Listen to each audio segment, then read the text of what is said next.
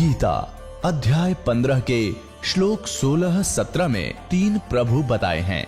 ये 3 प्रभु कौन हैं? किस प्रभु की शरण में जाने के पश्चात जन्म और मरण समाप्त हो सकता है? 3 प्रभुओं में सबसे उत्तम परमात्मा कौन है? कैसा है? उसका क्या नाम है? इन सभी गूढ़ रहस्यों को जानने के लिए अवश्य सुनिए जगत गुरु तत्वदर्शी संत रामपाल जी महाराज के अमृत वचन। दर्शकों, क्या आपने कभी सुना है कि भक्ति करते करते भी व्यक्ति नास्तिक बन सकता है? आखिर ऐसा क्यों होता है कि पूरी श्रद्धा से पूजा व्रत और साधना करने के बावजूद भी मनुष्य को सुख और शांति नहीं मिलती? आज हम आपको एक ऐसे ही व्यक्ति की सच्ची कहानी से रूबरू करवाने जा रहे हैं। इन्होंने हर संभव साधना की, लेकिन कष्टों ने उनकी आशा को तोड़ दिया। इनसे मिलिए, ये हैं जलगांव के रहने वाले गुलाब राव पटेल जी, जो सभी पारंपरिक भक्ति साधनाएं किया करते थे, लेकिन फिर भी इनको ना तो शारीरिक सुख मिला और ना ही मानसिक शांति। लेकिन आज गुलाब राव पटेल जी का कहना है कि यदि कोई परमात्मा इस पृथ्वी पर है तो केवल संत रामपाल जी महाराज हैं। दर्शकों, आखिर नास्तिक बने गुलाब राव पटेल जी कैसे आस्तिक बन गए और आखिर क्यों इन्होंने संत रामपाल जी महाराज से दीक्षा ली? आइए सुनते हैं गुलाब राव पटेल जी की कहानी, उन्हीं की जुबानी। जी नमस्कार। नमस्कार सर। क्या नाम है आपका? गुलाब राव पाटिल। सर कहाँ से आए हैं आप? मलेर तहसील, डिस्ट्रिक्ट जलगांव, महाराष्ट्र से आया हूँ सर। सर, संत रामपाल जी महाराज से नाम दीक्षा लेने से पहले आप क्या भक्ति साधना करते थे? संत रामपाल जी महाराज से आने से पहले हमारे घर में जो रीति रिवाज थी पुराने की, वो ही करते थे। जैसे कि गणपति पूजा, इसके बाद जो भी मतलब देवी देवता की पूजा, व्रत रखना, मतलब घर में बहुत भक्ति करते थे। खंडेराव की पूजा करना, वो खंडेराव को हर साल में वो बकरा मारते थे। वो एक हमारी देवी थी गांव में, वो देवी को भी बकरा मारना पड़ता था। मतलब ऐसी परंपरा की वो भक्ति करते थे। ये भक्ति करते करते हमारे जो घर में शांति सुख नाम की कोई चीज़ नहीं, हमारे 5 सदस्य हमारे सामने चले गए। सर, हिंदू धर्म की पारंपरिक पूजाएं आप कर रहे थे, तो फिर आपको संत रामपाल जी महाराज से नाम दीक्षा लेने की क्या जरूरत आन पड़ी? सर ऐसी बात है, हम इतनी भक्ति करते थे। हमारी माता जी, हमारे घर वाले इतनी भक्ति करते थे। हमारी माता जी जो 7 दिन में 6 दिन तो व्रत ही रखती थी, तो हम भी उनके पीछे पीछे वो सब करते थे, लेकिन कोई शांति नहीं, कुछ नहीं। इसके अलावा हमारे घर में कोई ना कोई बाधा आती थी। ऐसे आती थी कि हमारे जो छोटा भाई था वो 4 साल का वो मर गया। इसके बाद मतलब छोटी बहन थी, वो 8 साल में वो मर गई। ऐसे इसके बाद हमारी और बड़ी बहन थी, वो 50 साल की उम्र में वो भी मर गई। तो हम जैसे जैसे हम बढ़ते गए आगे, मैं उम्र बड़ा हुआ, मैं आर्मी ज्वाइन कर लिया। आर्मी में जाने के बाद फिर हमारे पिताजी को कैंसर हुआ, कैंसर में मर गए हो। तो मैं सोचा कि ये इतनी भक्ति करने के बावजूद भी आपने इतना कष्ट क्यों हो रहा है? हमारे सदस्य एक सदस्य हमारा घर से वो जा रहा है। फिर हमारे माताजी को बताया, मैं बोला भाई ये जो आप भक्ति कर रहे ये सही नहीं है। अपन इतनी भक्ति कर रहे फिर भी अपने ऊपर इतना कष्ट आ रहा है, फिर हमने ये भक्ति करके क्या फ़ायदा? फिर मैं सर जैसे मैं कोई मानता नहीं था, मैं नास्तिक कतार पे चला गया। मैं नास्तिक बन गया। मैं किसी को मानता नहीं था, या कोई इधर भगवान है या कोई मंदिर में क्या है। मैं सीधा बोलता था मंदिर में पत्थर है, कुछ देने वाला नहीं है। ऐसा मैं सबको बोलता था। घर वाले बोलते थे ये पागल हो गया, ये कुछ भी बकवास करने लग गया। तो सर, आपने संत रामपाल जी महाराज जी से नाम दीक्षा क्यों ली जब आपका भगवान से विश्वास ही उठ गया था? सर ऐसी बात है, धीरे धीरे मैं जब रिटायर होने के बाद हमारे पड़ोस में हमको एक ज्ञान पुस्तक दी। तो वो किताब में 10 रुपये में मुझे मिली। मैं बोला चलो देखते इसमें क्या है। मैं तो सब ऐसे मानते नहीं थे। फिर वो किताब पढ़ने लग गया। जब पढ़ने लगा तो उसमें जो मुझे आज तक अब जितना मुझे ज्ञान देते थे, इसका विपरीत ज्ञान लगा। मैं बोला ये कैसा हो सकता है? इसमें ब्रह्मा विष्णु महेश इनके भी माता पिता है। तो मुझे थोड़ा सा ये लगा सर कि नहीं, ये ज्ञान और अलग ही है।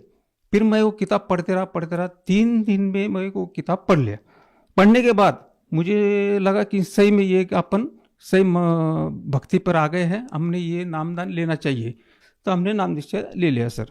सर जैसा कि आपने बताया कि पहले भक्ति करते करते आपका भगवान से विश्वास उठ गया था, आप भगवान को मानने से इनकार करते थे, तो सर जब आपने संत रामपाल जी महाराज जी से नाम दीक्षा ली और जिस भगवान की खोज में आप दर दर भटक रहे थे, जिन सुखों की तलाश में आप इधर उधर जा रहे थे, तो क्या संत रामपाल जी महाराज जी से नाम दीक्षा लेने के बाद वो लाभ मिले आपको?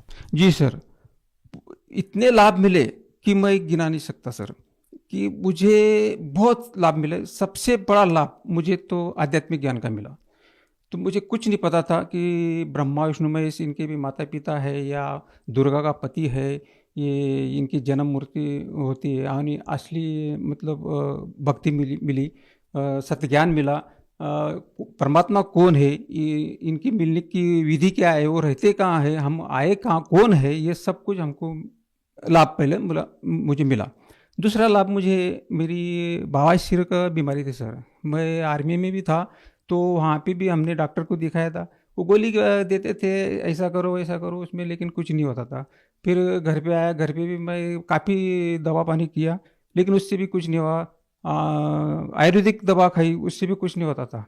लेकिन जब मैं नाम दीक्षा लिया रामपाल जी महाराज से, तब से मेरा धीरे धीरे सतनाम तक वो बवासीर की बीमारी ख़त्म हो गई सर, बिल्कुल जड़ से निकल गई। इसके बाद मुझे अटैक आया था सर, तो मैं सोचा कि बाप रे, ये तो 60 साल में मेरा भाई को भी अटैक आया, वो भी मर गया। मतलब ये मैं सोचा कि अभी मेरा ही नंबर था।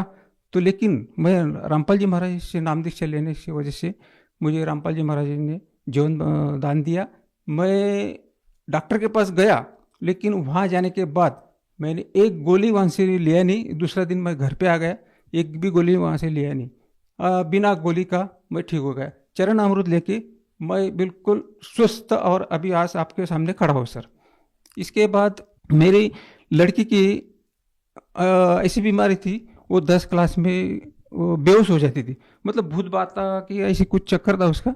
मैंने डॉक्टर के पास दिखाया, कई डॉक्टर के पास, बोले इसको कुछ भी नहीं है। तो मैंने झाड़ फूस वाले के पास भी गया, उसने भी किया, पैसा लिया, उससे भी कुछ नहीं हुआ। लेकिन जब हमने नाम दीक्षा लेकर आए, फिर हमारे घर में मालिक की वाणी चली, सुबह शाम दोपहर सत्संग। फिर वो छुट्टी पे आती थी, वो सुनती थी खाली, उसने नाम दीक्षा नहीं लिया था। तो वो सुनने से उसकी जो बीमारी थी वो पूरी खत्म हो गई सर। आज वो ठीक है। वैसे बिना नाम दीक्षा का वो बीमारी चली गई उसकी। इसके बाद फिर उसी टाइम हमारा लड़के का डस्ट का वो एलर्जी थी, वो हमेशा छिका मारता था, ये करता था। उससे ऑपरेशन भी किया, फिर भी उसका वो बीमारी ठीक नहीं होती थी। उसका भी वैसी हुआ कि वो जब रामपाल जी महाराज जी का सत्संग सुनता था, वो सुनने से, वो वाणियाँ सुनने से उसका भी वो बीमारी चला गया। इसके बाद मेरी लड़की की शादी हुई सर। तो शादी में मैं अभी, माँ बाप तो बहुत परेशान रहे थे, लड़की का दहेज देना, तो मेरा वो बाहर भी रामपाल जी महाराज ने उतार दिया, क्योंकि बिना दहेज के वो शादी मैंने किया। दहेज 1 रुपया दिया नहीं। इसके बाद शादी होने के बाद उसको 4 साल के बाद बच्चा पेट में रहा, तो उन्होंने टेस्ट किया, वो ब्रेशर में उनकी एक गांठ थी। वो गांठ जब चेक किया तो उन्होंने, डॉक्टर ने बताया कि कैंसर है। तो जैसा वो कैंसर का बताया तो दोनों रोने लग गए वहाँ दवाखाने में। फिर मेरे पास फ़ोन आया लड़की का कि ऐसा ऐसा है पापा, कि मुझे तो कैंसर बता दिया, यानी मेरा अभी 2 महीने का बच्चा है, क्या करे। मैं बोला कुछ भी मत करना, आप सीधा रामपाल जी महाराज से नाम दीक्षा ले लो, दोनों को मालिक सब ठीक करेंगे। फिर उन्होंने दोनों ने नाम दीक्षा लिया, ऑनलाइन नाम दीक्षा दे दिया। फिर डॉक्टर ने, उनका थोड़ा सा ये था कि भाई डॉक्टर करेंगे ठीक, मैं बोला आपको जो जैसा करना है वैसा करो, लेकिन आप भी जो करेंगे अभी परमात्मा ही करेंगे, संत रामपाल जी महाराज ही कर सकते हैं जो कुछ करेंगे। फिर उन्होंने डॉक्टर के पास दिखाया, तो डॉक्टर ने बोला कि इसका 8 महीने के अंदर बच्चा को सीजर करके बाहर निकालना पड़ेगा। इसके बाद 8, 9, 12 केमो इसको देना पड़ेगा। फिर डिलीवरी की जब हो जाएगा, उसके बाद 4 केमो और देना पड़ेगा। मतलब वो इंजेक्शन रहे थे, वो इंजेक्शन इतना खतरनाक रहे थे, वो बहुत जलन होता। फिर उसको जैसे पहला केमो दिया, इंजेक्शन दिया, उसको कोई कुछ नहीं हुआ। तो मैं उसको बोला, मैं बोला देख भाई, नाम दीक्षा लिया है, आप नाम सुमिरन करो, आपको कुछ नहीं होगा, आप चिंता मत करो। फिर ऐसे सर उसको 12 केमो दिए। तो जैसा आज समझ लो, आज केमो दिया तो 4 दिन में वो बच्चा चेक करते थे डॉक्टर कि भाई क्या हुआ क्या नहीं। तो बच्चा भी ठीक होके एकदम सही था। फिर उन्होंने बोला था कि 8 महीने में, अभी 8 महीना चालू हो गया, अभी ये बच्चा को सीजर करके बाहर निकलना। मैं बोला नहीं, अभी ये देखो, ये बच्चा रामपाल जी महाराज जी का आदेश से बाहर आएगा, अभी ये बच्चा बाहर नहीं आएगा। तो जैसे 8 महीना हो गया, वो बोला जल्दी करो। मैं बोला नहीं, करना नहीं। लड़की को बोला धीरज रखो। फिर 9वां महीने में वो बच्चा बिना सीजर किए हुए नॉर्मल डिलीवरी हुए। नॉर्मल डिलीवरी में बच्चा एकदम क्लियर, जब 3 किलो का मतलब बच्चा था। आज वो बच्चा भी सही है और मेरी लड़की भी बिल्कुल सही है। उसके बाल भी गिरे नहीं, कुछ नहीं। और जो केमो चलते थे वो केमो भी लिया उसने, सब कुछ लिया। आज वो बिल्कुल सही है। तो जैसा उन्होंने बोला कि हमने डॉक्टर को बताना है, मैं बोला ठीक है, आप जैसी आपकी मर्जी, आप डॉक्टर को बताओ, लेकिन आज से जो भी होगा, जो भी करेंगे, संत रामपाल जी महाराज जी करेंगे। हमारा पूर्ण विश्वास है। आपको विश्वास है नहीं है तो आप कर सकते, आप डॉक्टर के पास जा सकते। डॉक्टर के पास गए तो उन्होंने बोला कि भाई ऐसा ऐसा ये है, ये 8 महीने में बालक को निकालना पड़ेगा, ये इसका ये करना पड़ेगा, इसके बाल निकल जाएंगे, इसकी ऐसे ऐसे ये होगा। संत रामपाल जी महाराज की दया से कुछ भी नहीं हुआ, बच्चे को भी कुछ नहीं हुआ, मेरी लड़की को भी कुछ नहीं हुआ, बिल्कुल सही सलामत है आज वो। कैंसर का ट्रीटमेंट अभी वो खत्म हो गया, अभी वो सब कुछ भी नहीं है। मैंने उनको बोला था कि ट्रीटमेंट करने की कोई जरूरत नहीं है, संत रामपाल जी महाराज जी सब कुछ कर सकते हैं। लेकिन उनका थोड़ा सा वो ये था, डामाडोल थे वो, उन्होंने वो किया वो डॉक्टर के पास जाके। लेकिन डॉक्टर जो बोलते थे उसका विपरीत हुआ। वो विपरीत ऐसा हुआ कि वो बोलते थे ऐसा ऐसा, उन्होंने बता दिया था सब कहानी, लेकिन वो ऐसा नहीं हुआ। फिर वो क्या बोले कि बोला नहीं, ये हजारों में लाखों में ऐसी एक केस होती है, ऐसा हो जाता है बोलता है। तो हमको पता था कि ये जो किया ये संत रामपाल जी महाराज जी ने किया, बाकी कोई नहीं कर सकता है। सर, जैसा कि आपने बताया कि संत रामपाल जी महाराज जी से नाम दीक्षा लेने के बाद आपको इतने सारे लाभ मिले, तो सर हम आपसे ये जानना चाहेंगे कि संत रामपाल जी महाराज को आप अन्य संतों से किस प्रकार से अलग पाते हैं?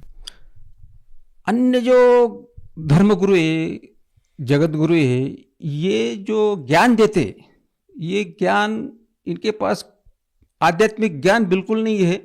ये सब अपनी मन गढ़ंत कहानी बताते क्या है ये लोग कि रामायण का, महाभारत का ऐसी स्टोरी बताते। ये बताते बताते हमारे कान पक गए।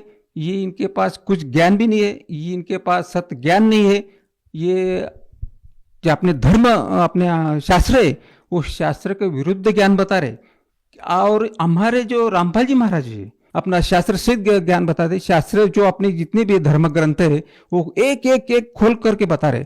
जैसे गीता हुआ, वेद हुई, बाइबल हुई, ये गुरु ग्रंथ साहिब हुआ, ये सब ग्रंथ एक एक खोल के बता रहे। उसमें सब ज्ञान आज तक किसी ने बताया नहीं।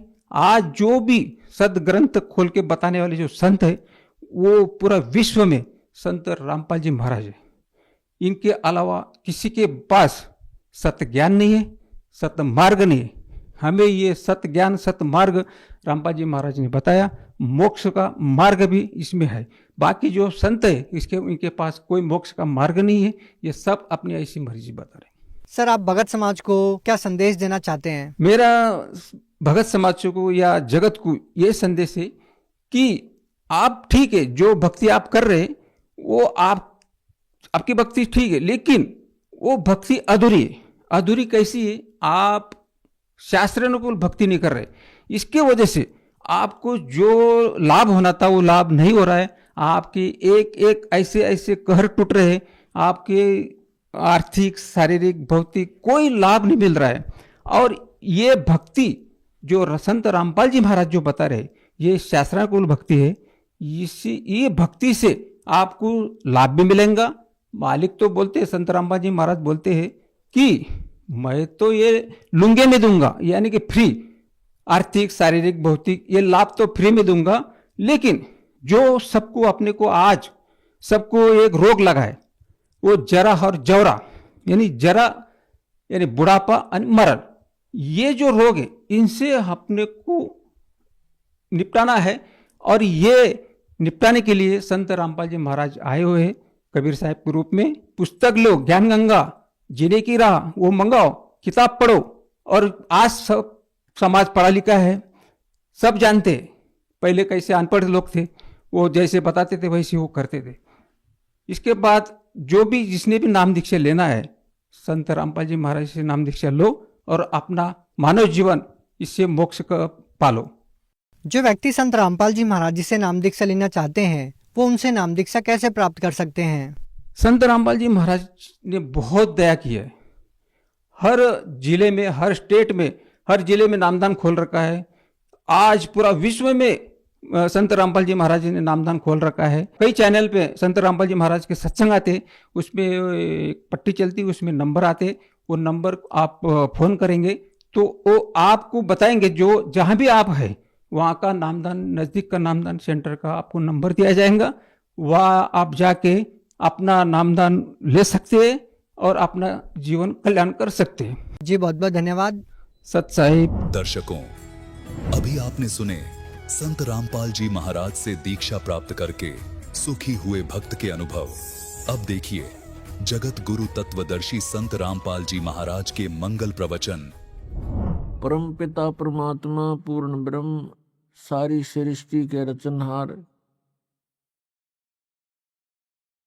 परम अक्षर ब्रह्म, ये पूर्ण परमात्मा कबीर देव जी हैं। ये वही भगवान है, ये वही परमात्मा है जो बनारस में दानक के रूप में, काशी में जुलाहे के रूप में एक भूमिका करके सह शरीर आए थे और सह शरीर चले गए थे।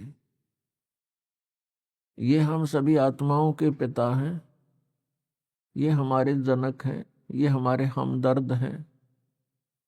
पुण्यात्माओं, आप बहुत गलत जगह रह रहे हो।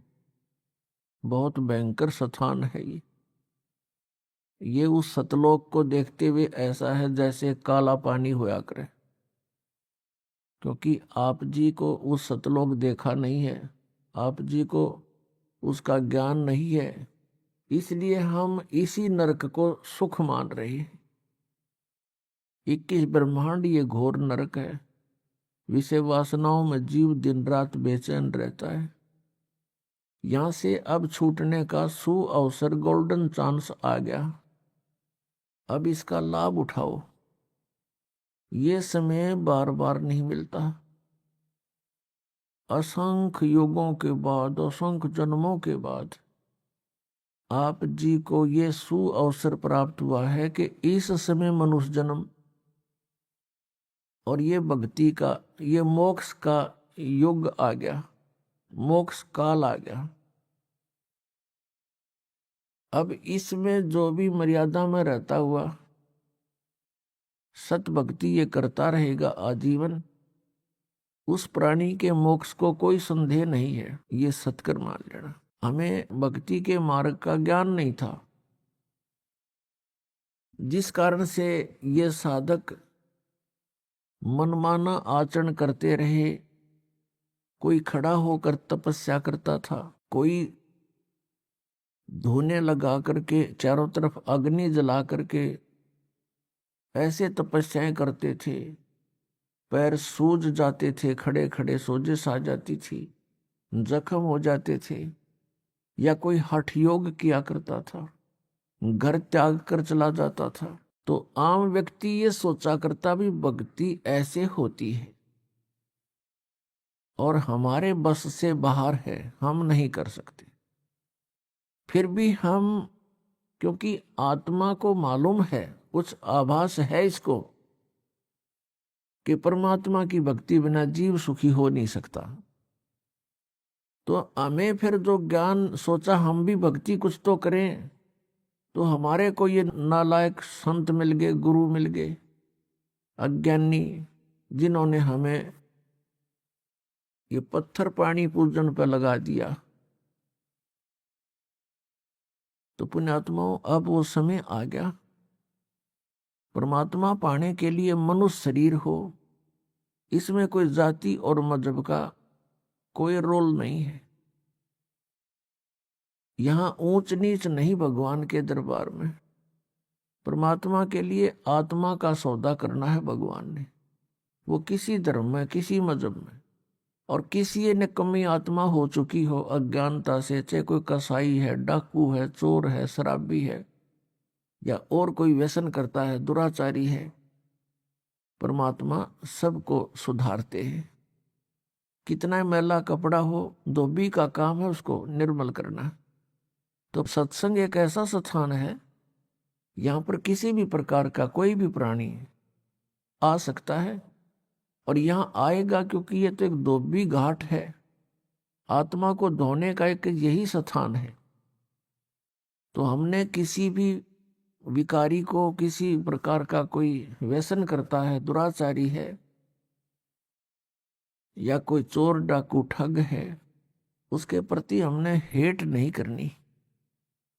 ये नहीं सोचना कि यहाँ ऐसा व्यक्ति क्यों आ रहा है, यहाँ नहीं आवेगा तो वो सुधरेगा कैसे, उसको अपने कर्मों का पता कैसे चलेगा कि तू ऐसे जुल्म कर रहा है, इसका क्या फल होगा। तो पुण्यात्माओं, परमात्मा के पाने के लिए मनुष्य शरीर हो और चाहे किसी प्रकार का भी है, चाहे अष्टावक्र जैसा शरीर है, 8 जगह से उसमें मोड़ आगे हो, बांगा, टेढ़ा, काना, अंधा, तो वो सभी परमात्मा पा सकते हैं, क्योंकि वो अंग भंग जितने हुए हैं वो उसके पिछले पूर्व जन्म के पापों से। चाहे कोढ़ी, रोगी, किसी प्रकार का उसको दुख है, परमात्मा की भक्ति कर सकता है और परमात्मा पा सकता है। और धीरे धीरे उसके जो कष्ट है, रोग है, कोढ़ है, किसी प्रकार का भी कोई और आपत्ति है, इस भगवान की भक्ति से वो भी ठीक हो जाते हैं। तो पुण्यात्माओं, हम परमात्मा पा सकते हैं। अब वो गोल्डन चांस है, इसको स्वर्ण युग बोलते हैं, गोल्डन युग, और वो आपको मिल गया। धन है आपकी किस्मत, धन्य है आपके माता पिता जिनसे आपका जन्म हुआ। पुण्यात्माओं, ये कोई बालकों का बनाया हुआ विधान नहीं, कोई बच्चों का बताया हुआ ज्ञान नहीं, ये कोई डूम बाट के गीत नहीं, ये स्वयं परमेश्वर के द्वारा दिया हुआ ज्ञान जो दास आपको सुनाता है। और ये 100% सत्य है। हम बालक हैं, हम कब इसको सत्य मानेंगे, हमारी बुद्धि कब इसने ग्रहण करेगी, वो समय आने पर होगा। एक छोटा सा बच्चा होता है, एक पेन उठा लेता है, वो पूछता है क्या है, किसी से भी, बड़े भाई से, पिता से, माता से, वो कहता है बेटा पेन है। वो कहता है पेन है, पेन है। तो वो ये उसकी बुद्धि अभी ये स्वीकार करने योग्य नहीं है कि ये क्या चीज है, और उसमें उसको अविश्वास भी नहीं है कि मेरा पिता या भाई बहन ये जो बोल रहा है वो गलत होगा। तो उसको करता करता वहीं रखकर और खेल में लग जाता है। ये ऐसा ज्ञान है कि 1-2 वर्ष में तक आपकी मिटेगी। ये दास बतावेगा और आप सुनोगे, क्योंकि आप शिष्य होगे, हमारे बच्चे होगे, और बच्चे अपने माता पिता के वचनों पर अविश्वास नहीं करता, लेकिन वो बुद्धि उसकी ग्रहण नहीं कर रही अभी वो है कि। और जब वो बच्चा बुद्धिमान हो जाता है, बड़ा हो जाता है, उसका माइंड सब ज्ञान ग्रहण करने योग्य हो जाता है, फिर वो अपने आप समझ जाता है। उसको कहते हैं बेटा पेन लाना, बेटी पेन लाना, दौड़ा जाता है, पेन ले आता है वो उठा के। तो ऐसे ही कुछ समय में आपकी या मिटेगी, क्योंकि आप जी ने वो अज्ञान सुन रखा है जो शास्त्र विरुद्ध था। अब ये शास्त्र अनुकूल ज्ञान प्रारंभ हुआ है। तो पुण्यात्माओं, इसका लाभ उठाओ, और आपका परम कर्तव्य बनता है आपके संपर्क में कोई भाई है, बहन है, कोई रिलेटिव है, आपका मित्र है, सखी सहेली है, उन सब से कोशिश करो इस ज्ञान को समझाने की। और किसी के साथ जोर जबरदस्ती नहीं करनी चाहिए। प्यार से 1 बार, 2 बार, 3 बार, जब वो उखड़दा दिखे जब चुप हो जा, चंगरता दिखे जब चुप हो जा, फिर किसी दिन जाकर धीरे धीरे प्यार से समझाओ। क्योंकि आप ये समझना कि हम भी इसी स्थिति में थे। इस ज्ञान को प्रथम बार जब सुनते हैं एकदम हमें उलट पुलट सा लगता है और कति स्वीकार करने जी नहीं करता। एक भक्त ने जब ये प्रथम बार ज्ञान सुना, किसी भगत के यहाँ हम सत्संग कर रहे थे, गांव गांव में, नगर नगर में जाते थे, तो वो उसका मित्र आया हुआ था, सह परिवार। बाद में हम बैठ के थोड़ी सी संगत होती है, तो वो कहने लगा, महाराज आपकी बातों में मुझे कति अविश्वास है और मेरा उल्टी पड़न होगी जब आपने न्यू कहा ब्रह्मा विष्णु महेश नासवान। और फिर वही भगत है अब औरों को बताता फिरता है कि वे सचमुच अज्ञान अंधेरे में भटक रहे थे। कहते हैं आत्म प्राण उद्धार ही ऐसा धर्म नहीं, और इससे बड़ा कोई पुण्य नहीं कि आत्मा का उद्धार करवा दे। एक मंत्री है, मुख्यमंत्री है, या कोई सेठ धनी व्यक्ति है, वो अपने मित्र को, रिलेटिव को क्या दे सकता है? 10-20 हजार रुपए दे देगा, कोई एक नौकरी लगवा देगा, या कोई ऐसा कोई कॉन्ट्रैक्ट दिवा देगा जिससे पेटे तक का काम होगा उसका, रोज इस जन्म के एक रोजगार तक सीमित है। और इस मार्ग से अब इस जीवन में तो उसने थोड़ा बहुत राहत मिल गई, और मिले भी वह उसकी किस्मत पूर्व निर्धारित, तो उसी से कारण वो किसी मंत्री से, मुख्यमंत्री से, धनी से संबंधित होगा। वैसे नहीं हो सकता। वो भी किसी समय इसी प्रक्रिया से बने हुए संस्कार हैं उसके। तो अगले जन्म में वो गधा बन गया, सूअर बन गया, बता कौन फैसिलिटी देगा उसने? तो ये जो मंत्र है, ये जो भक्ति विधि है, इससे उस प्राणी के आगे ये जन्म मृत्यु का रोग कटेगा। और यदि किसी कारण से पैर भी फिसल गया, ना पार होया, तो रोजी रोटी तो उसके आगे रखी पावेगी। तो इससे बड़ा जो उपकार कोई नहीं कि उसको इस नाम से जुड़वा दे। परमात्मा कबीर जी की शरण में उसको ले आवे। परमात्मा ने कहा कि 1 करोड़ गौओं को हत्थे में कटने से बचाने का जो पुण्य होता है, एक आत्मा को कबीर परमेश्वर की शरण में लाने से इतना पुण्य उस लाने वाले का कमीशन है। ये सत्कर मान लेना। क्योंकि ना जाने उस जीवात्मा के कितने ऐसे बूंदे जन्म होने थे कि तो बकरा बनकर गला कट्टा हो, कि तो गऊ बनकर, कि तो भैंसा बनकर, मुर्गा बनकर, बकरा बनकर, और परेशानियां ना जाने कितनी होनी थी। तो इतना पुण्य है। और इसी कार्य को करने के लिए परमात्मा स्वयं सतलोक से चल कर आते हैं। और आज वही काम हम भी करेंगे तो भगवान कितना प्रसन्न होगा, हम सोच भी नहीं सकते हैं। क्योंकि ये लोक ऋण का नहीं है। या तो हमारे साथ सारा काम बलपूर्वक कराया जा रहा है, हमें मजबूर करके विवश कर रखा है। ऐसा शरीर दे दिया कि इसी शरीर की रक्षा में और इसी के पालन पोषण में सारा जीवन जाता है। और ये रहता भी नहीं, कभी बीमारी से, एक एक्सीडेंट से, ये कभी ना कभी अंत भी इसका तुरंत हो जाता है। ये कोई जीवन है यहाँ पर हमें कोई विकल्प नहीं पता था। और कोई बताता था कि स्वर्ग में बड़े ठाठ हैं, क्योंकि हमने स्वर्ग से आगे कोई बात सुनी नहीं थी, स्वर्ग से आगे का कोई ज्ञान नहीं था। चाहे कोई बेसिक बात बनाओ था, ब्रह्म की साधना कर रहे हैं, हम ब्रह्म की साधना करते हैं, भगवान की साधना करते हैं, तो उनको भी यही था कि ब्रह्म लोक में जा चले जाते और वहां के गए हुए प्राणी फिर वापस आते। अब परमात्मा ने वो स्थान बता दिया जो हमारे सदग्रंथ भी प्रमाणित करते हैं। गीता जी अध्याय नंबर 4 के श्लोक नंबर 5 और 9 में, गीता अध्याय नंबर 2 के श्लोक 12 में, और गीता अध्याय नंबर 10 के श्लोक नंबर 2 में गीता ज्ञानदाता कहता है, अर्जुन तेरे और मेरे बहुत जन्म हो लिए, तू नहीं जानता, मैं जानता हूं। तो ये ब्रह्म है गीता बोलने वाला, श्री कृष्ण जी में बोल रहा है।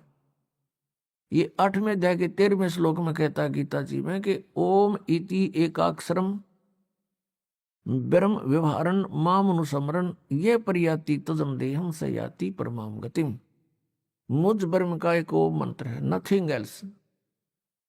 और इसका अंतिम श्वास उच्चारण करके सिमरण करता हुआ जाता है, वो परम गति को प्राप्त होता है। कौन सी परम गति? जो ओम के जाप से जो राहत मिलनी है वो ब्रह्मलोक में लगा।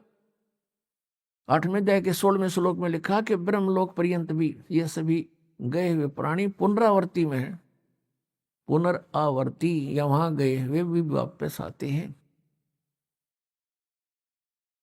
श्रीमद् भगवद गीता अध्याय नंबर 15 के श्लोक नंबर 1 से 4 में कहा कि उल्टा लटका हुआ संसार रूपी वृक्ष है, ऊपर को जड़, नीचे को तीनों गुण रूपी शाखा है। ऊपर को जड़ उसने नहीं बताया कौन है, तीनों गुण लिख दिया। उसके लिए ऑप्शन छोड़ रखा है चौथे अध्याय के 34वें श्लोक में, कि चौथे अध्याय के 32वें श्लोक में कहा है कि सच्चिदानंद घन ब्रह्म के मुख से बहुत ही विस्तार के साथ एक तत्व ज्ञान कहा गया है।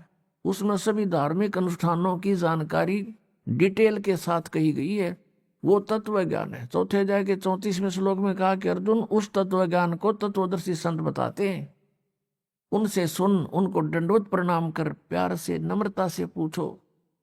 अब 15वें अध्याय के प्रथम मंत्र में उसकी पहचान बताई है कि जो उल्टे लटके हुए संसार रूपी वृक्ष को सभी विभागों से सब छंद उसके अलग अलग बता देगा, उसके विभाग बता देगा।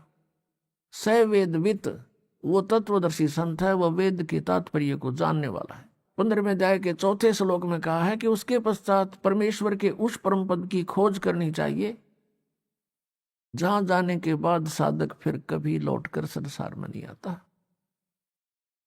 और जिस परमेश्वर से संसार रूपी वृक्ष की प्रवृत्ति विस्तार को प्राप्त हुई है, अर्थात जिसने संसार रूपी वृक्ष को रचा है, सब ब्रह्मांडों की जिसने रचना की है, और केवल उसी की भक्ति करो, अन्य की नहीं, गीता ज्ञानदाता फाइनल करता है। 18वें अध्याय के 62वें श्लोक में कहा कि अर्जुन तू सर्वभाव से उस परमेश्वर की शरण में जा, उस परमेश्वर की कृपा से ही तू परम शांति को ओए होए और सनातन परम धाम को प्राप्त होगा। अब परम शांति पुण्यात्मा परमात्मा के उस सतलोक में ही है, वहां जरा और मरण नहीं है, वृद्ध अवस्था और मृत्यु वहां नहीं है। और यहाँ दो सबसे खतरनाक है, ये दोनों हमारे ऊपर अवश्य आएंगी। यहाँ बुढ़ापा भी कंपलसरी और मौत भी कंपलसरी, और दोनों तो हम डरा और दोनों होंगे।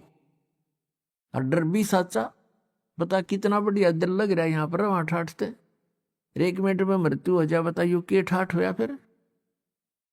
तो पुण्यात्मा अभी तक हमारे हृदय में किसी ने यू ज्ञान भरा नहीं था। जब यू ज्ञान भर जाएगा, हम तो वही हैं जो हमारे पूर्वजों को, बूढ़े बुजुर्गों को, ये नकली गुरु, उन्होंने ये ज्ञान दिया था कि जो आर्यत है, करोत है, गर्दन कटवा ले शीघ्र स्वर्ग चला जाता है। और उसकी फीस दर दी थी गणिये, वह फीस दे देगा भी, और गर्दन कटवाना भी शुरू कर दिया था, किसी प्रकार स्वर्ग प्राप्ति हो जाए। और स्वर्ग तो एक अन्य का भी कोई नहीं। अरे वही हो तुम। आज ये पता लग गया कि सतलोक है, वहां ऐसा सुख है, ये तरीका उसका जाने का कति आसान, गला कटवाना नहीं और कोई बोझ उठाना नहीं, कोई खड़ा होकर तप करना नहीं। नाम उठत नाम बैठत नाम सोत जागवे, नाम खाते नाम पीते नाम सेती लागवे। ये था एक सिंपल सा वे। अरे नानाडियों ने इसको इतना कठिन करा दिया था। आम आदमी का भी रुचि ना बने कि ऐसे भगवान मिले तो हमने जरूरत नहीं, खड़ा होकर ऊपर न पैर करके घर छोड़ कर चला जाना, किधर नंगा फिरना, घास फूस खा कर टाइम पास करना। अब आपको जब यूं ज्ञान हो गया कि सतलोक में है, ये कोई बड़ किसी आम व्यक्ति का बताया ज्ञान नहीं, वेद बताते हैं कि वो परमात्मा ऊपर रहता है सतलोक में, तीसरे, उसके भी तीसरे पार्ट में, सबसे टॉप वाले में, और वहां से चलकर आता है। और यथार्थ ज्ञान वो ही बताता, अपने द्वारा रची हुई सृष्टि का ठीक ठीक ज्ञान वही देता है, वेद बताते। और वो परमात्मा है कौन? वो कबीर साहब हैं जो दुल्हा रूप में लीला कर रहे थे बनारस में। अब जो लीला परमात्मा ने प्रत्येक युग में की है, और पिछले युगों का हमने इतना ध्यान नहीं, अभी कलयुग की तो सारी उसके अभी तक यादगारें भी उपलब्ध हैं जहां परमात्मा ने लीला की है, और उनकी जीवनी लीला हमारे पास है। उसमें यूं का यूं लिखा, और वही वेद बताते हैं जिन वेदों को हम सर्वश्रेष्ठ शास्त्र मानते थे, आज वो भी उसी परमात्मा का समर्थन करते हैं कि वो कबीर देव है, और वो ऐसी लीला करता है, ऐसी लीला केवल वेदों में वर्णित लीला कबीर साहब ने की और किसी ने की नहीं। तो who is God? Kabir is God.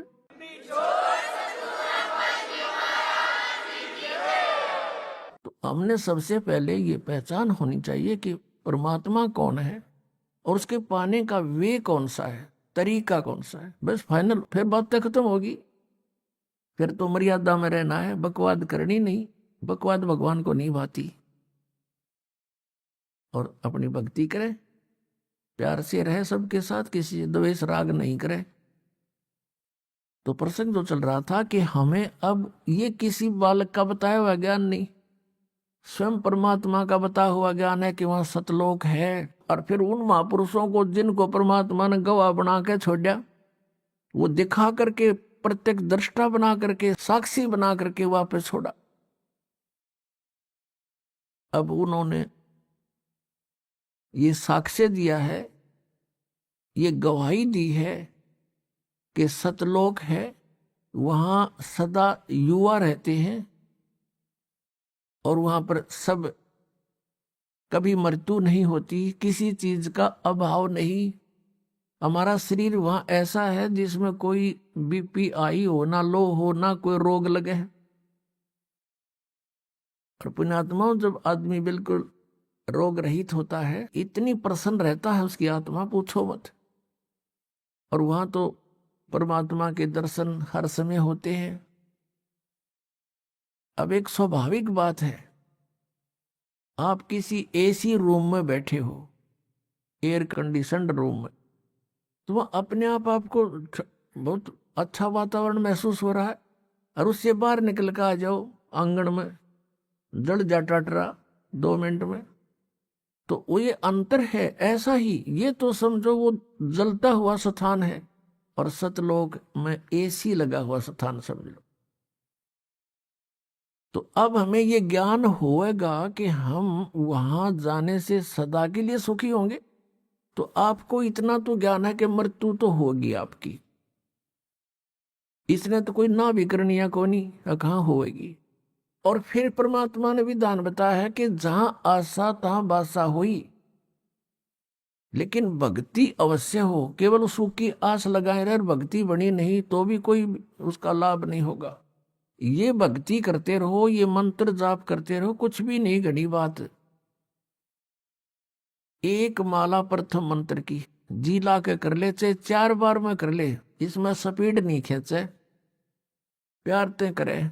जैसे प्रथम मंत्र आपको दिया है, उसका जो भी अक्षर बोले नो ध्यान रहे मैं के बोलू हूं, ये जाप होगा आपका। इसको सुरत और शब्द अभ्यास कहते हैं कि जो शब्द मैं बोल रहा हूं उस पर सुरत लगे, नो पता हो मैं के मंत्र जाप कर रहा हूं। चाहे एक बार में आपसे 10 मंत्र हो पहले वाले, तो 10 से करके बंद कर दो। ये मन न कह दे बकवाद कर ले तो घूम कित और सोच ले कितनी सोचेगा। जब ये फिर शर्मिंदा होगा इसने फिर ला ले। एक रूह स्पीड खींचोगे कि 108 से करने हैं, फटाफट फटाफट कर दे, ये कोई मंत्र नहीं होता। परमात्मा कहते हैं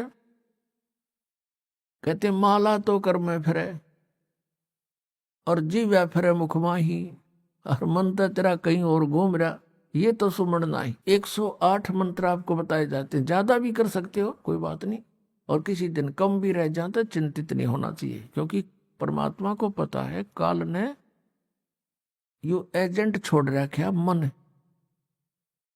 कि यू भक्ति ना करने दे तुमने। लेकिन कुछ दिनों के बाद आत्मा इस पे ऐवी हो जाएगी और बैठ के इस पे भजन कराया करेगी।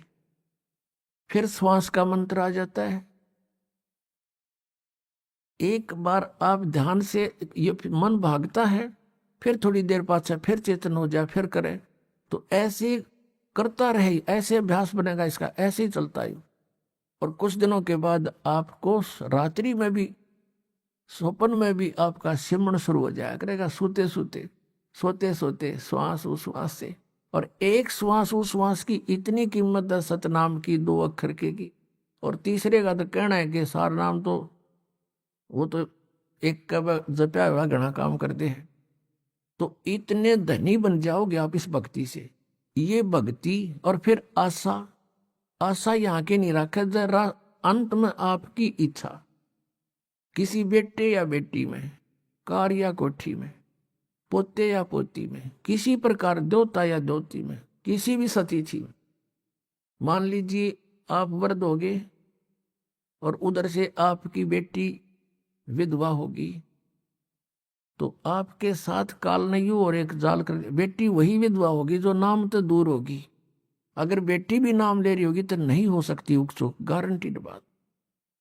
और ऐसा हो जाता है तो फिर आपके मन में काल पैदा करेगा प्रेरणा, बता क्या होगा बेटी का, क्या होगा बेटी का। वह बेटी महात्मा रह जाएगी, फिर वहीं की से पशु बनकर वहीं फिर हल खींच रहा होगा। एक किसान था, परमात्मा की आत्मा था। पुणात्मा आप समझोगे, क्योंकि बालक नहीं बुद्धिमान समाज है आज मानो। किसी का बालक बिगड़ जाए, बेटा या बेटी, उस माता पिता से पूछ कर देखो वो कितना दुखी रहता। सपने में भी उसको ये चिंता बनी रहती है कि किस प्रकार मेरा बच्चा फिर से लाइन पकड़ जाए, उसके लिए कितना दुखी होता है। और हम उस परम पिता के बच्चे, उसी के बेटा बेटी, हम कितने बिगड़ गए, बिगड़ के यहाँ आगे इस काल के फंस गए। अब ये हमारी रेल बना रहा है सबकी, ब्रांड मैट्री कर रखी, यहाँ पर ले लिए टिंडे हमने इसके साथ आकर के। लेकिन वो कहते हैं ना, माता पिता बुरे नहीं हो सकते, बेटा बेटी वैसे 100 गलती करते हैं। अब उसी विधान से वो हमारा पीछे फिर रहा है। परमात्मा कहते हैं कि जो जन मेरी शरण है, एक बार भी किसी युग में ये भोली आत्मा मालिक से टच होगी, कभी उसके भेजे हुए दास से कभी उपदेश ले लिया, तो फिर वो रह भी गया यहाँ पर, फिर भी मालिक उसके पीछे पीछे फिरता, कभी इसने सद्बुद्धि आ जा, किसी प्रकार फिर से ये लाइन पकड़ दे। तो ऐसा ही एक किसान था। अब उसके पास परमात्मा गए और उसे राम रमी करी, क्योंकि पिछला संस्कार जो होता है उसमें गुण होते हैं। उस किसान ने कहा, आओ महाराज, आओ बैठो, भोजन पाओ महाराज, दूध लाओ रे महाराज खातिर, दूध लाओ। बहुत सेवा करी। अब परमात्मा ने कहा, भक्त कहा, चौधरी साहब कुछ भक्ति भी करया करो। बोला जी भक्ति करा हम खूब। क्या करते हो? शिव जी भगवान का जल चढ़ा जा और श्याम जी की पूजा करते हैं। 8 हमने पूड़े तार लिया, 2 इसने खीर बना ले, और कभी कभी गंगा स्नान भी करके आते हैं। परमात्मा लगे उन्हें समझान, काफी देर तक सत्संग किया, समझाया। अब पुण्यात्मा थी काफी प्रेरित हुआ, महाराज बात तो सच्ची कहो तुम। कहा फिर उपदेश ले लो भाई। अकना अभी नहीं, अभी तो बालक छोटे छोटे हैं, विवाह कर दूं और ये काम संभालने जोगे हो जाए महाराज जी, फिर पक्का नाम ले लूंगा। परमात्मा चले गए, साधु रूप में थे। बालक भी विवाह कर दिया बच्चों का, वो सारा कारोबार भी संभाल रहे हैं और पोता पोती भी हो रहे हैं। तब परमात्मा गए, अक भाई भगत अब तो आजा मेरी शरण में। ने बोला, महाराज जी तू अच्छा पीछे पड़ा, मेरे छोटे छोटे पोता पोती हैं, बच्चे खेतों में काम करें, इन बालका ने कौन खिलावेगा? इब नहीं माड़े ये बालक ठीक हो जाने दे, पोते पोती माड़े बड़े हो जा थोड़े से, फिर आना। अब वो फिर गए परमात्मा, 5-7 वर्ष के बाद बूढ़े की टिकट कटी पाई, वो मर लिया। अब क्या देखा कि वही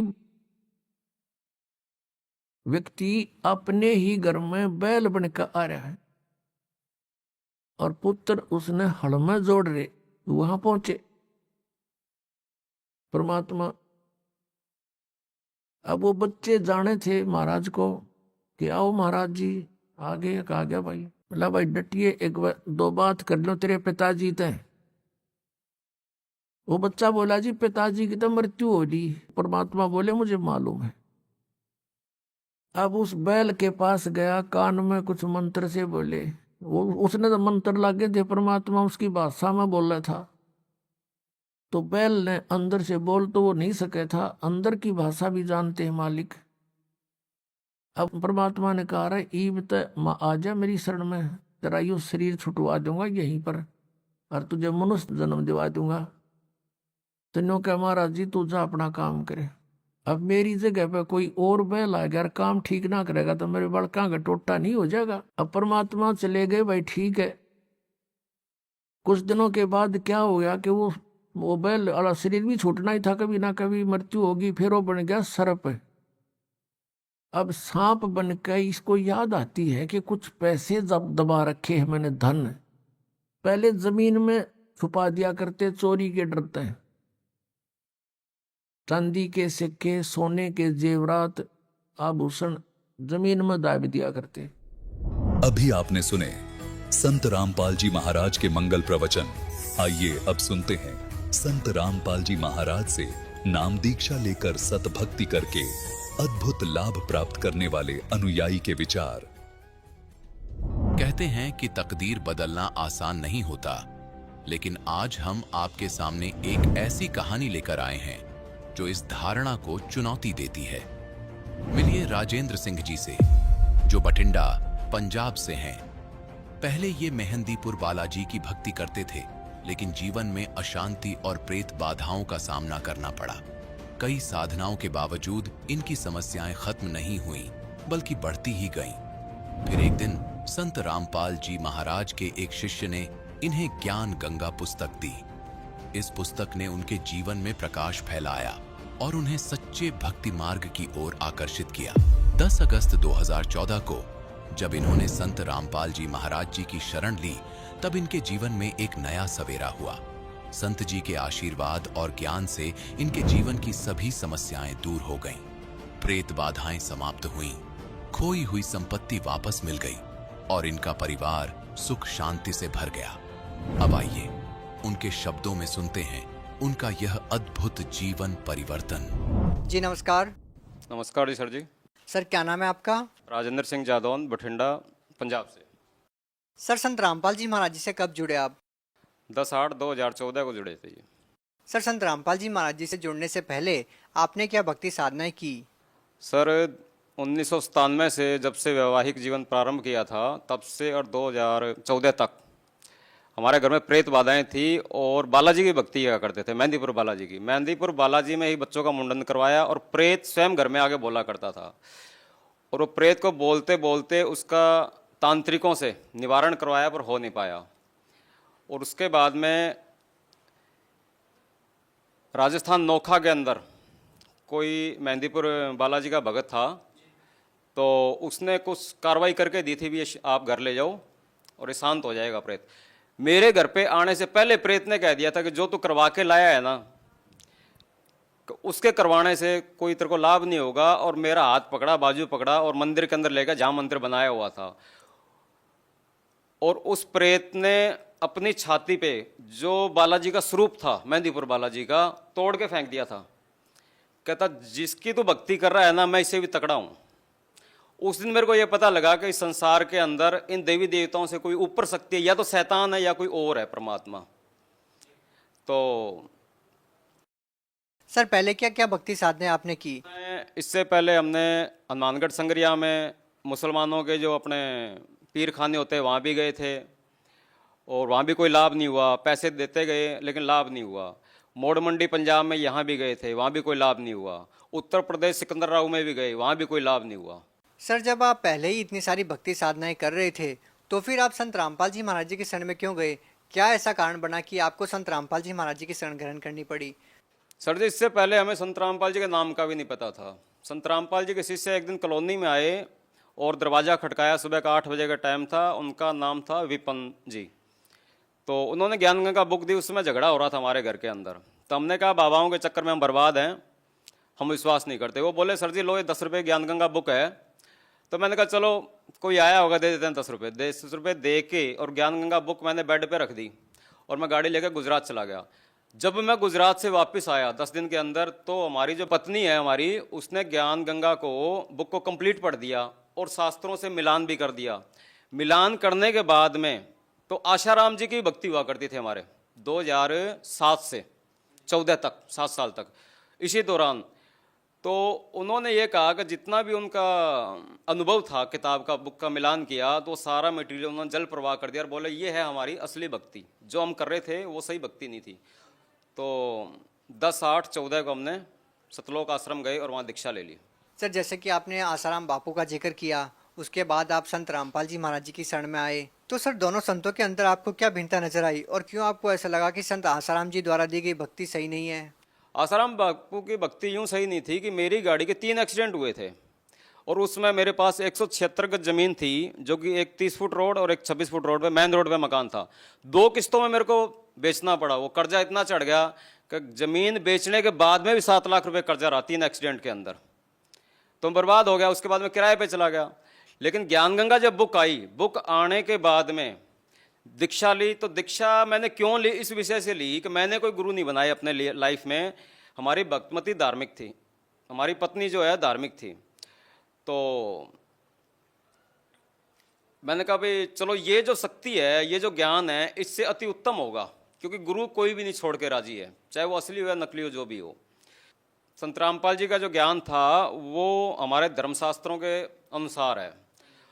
और जो आशाराम बापू का जो प्रचार जो कर रहे थे वो लोकवेद के आधार पे कर रहे थे। उसका कोई प्रमाणित नहीं था, अपने इसमें शास्त्रों के अंदर कोई प्रमाण नहीं था।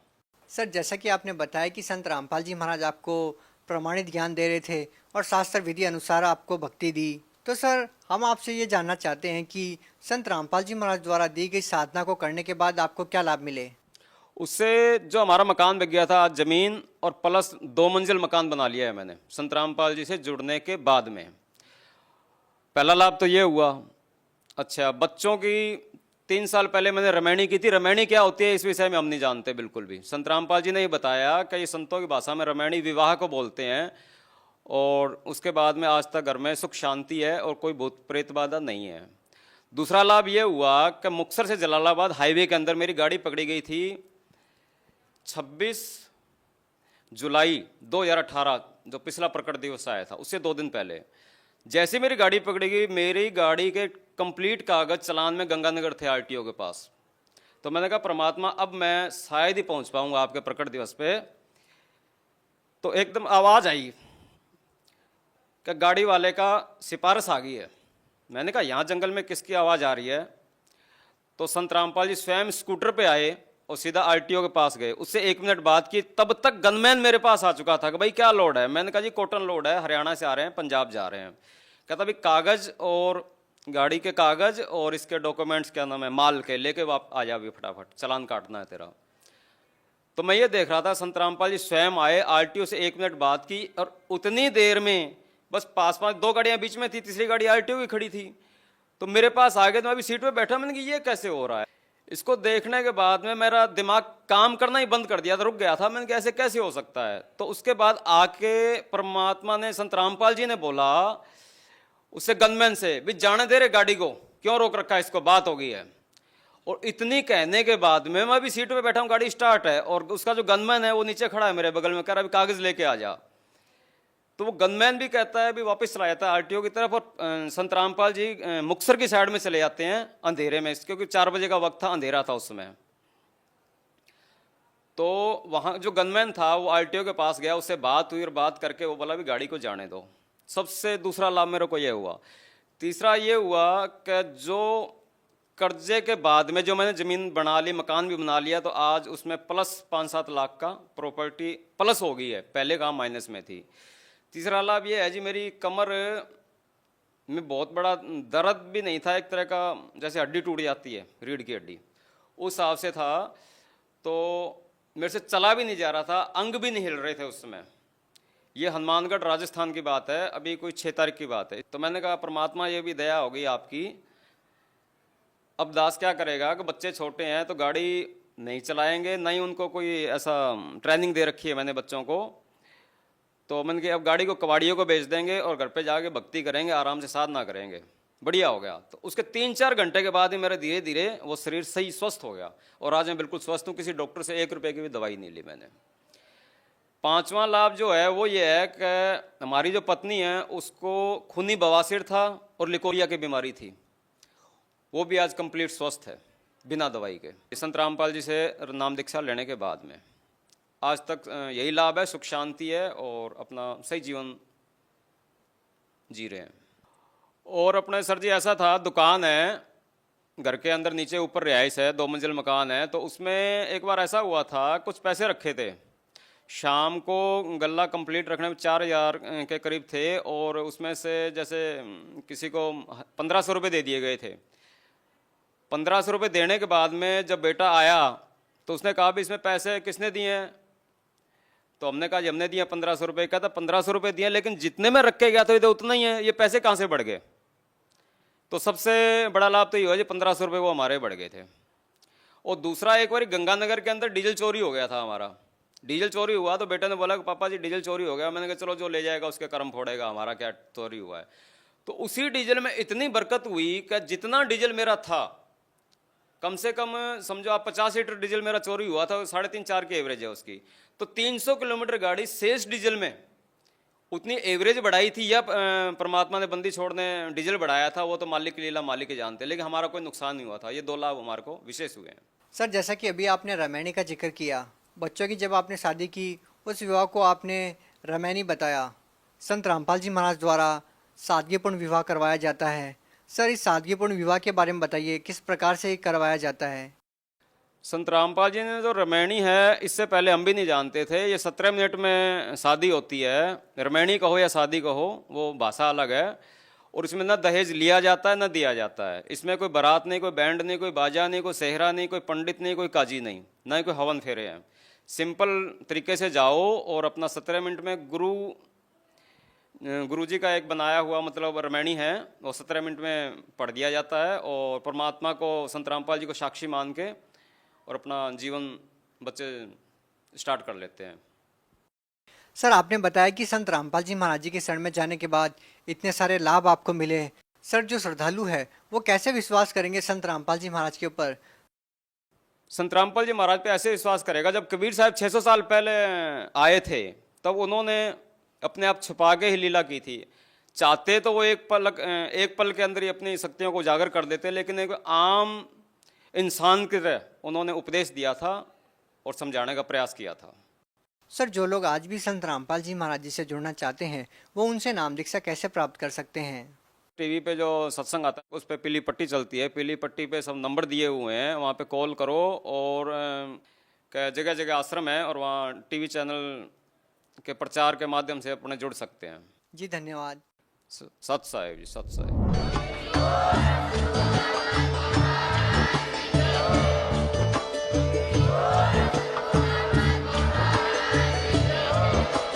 आप सुन रहे थे जगत गुरु तत्वदर्शी संत रामपाल जी महाराज जी के मंगल प्रवचन। अधिक जानकारी के लिए विजिट कीजिए हमारी वेबसाइट www.jagatgururampalji.org। संत रामपाल जी महाराज जी के शुभ आशीर्वाद से पूरे विश्व भर में 500 से भी ज्यादा नाम दीक्षा केंद्र हैं, जिन पर संत रामपाल जी महाराज जी द्वारा ऑनलाइन निशुल्क नाम दीक्षा दी जा रही है। अपने नजदीकी नाम दीक्षा केंद्र का पता करने के लिए संपर्क करें 8222880541।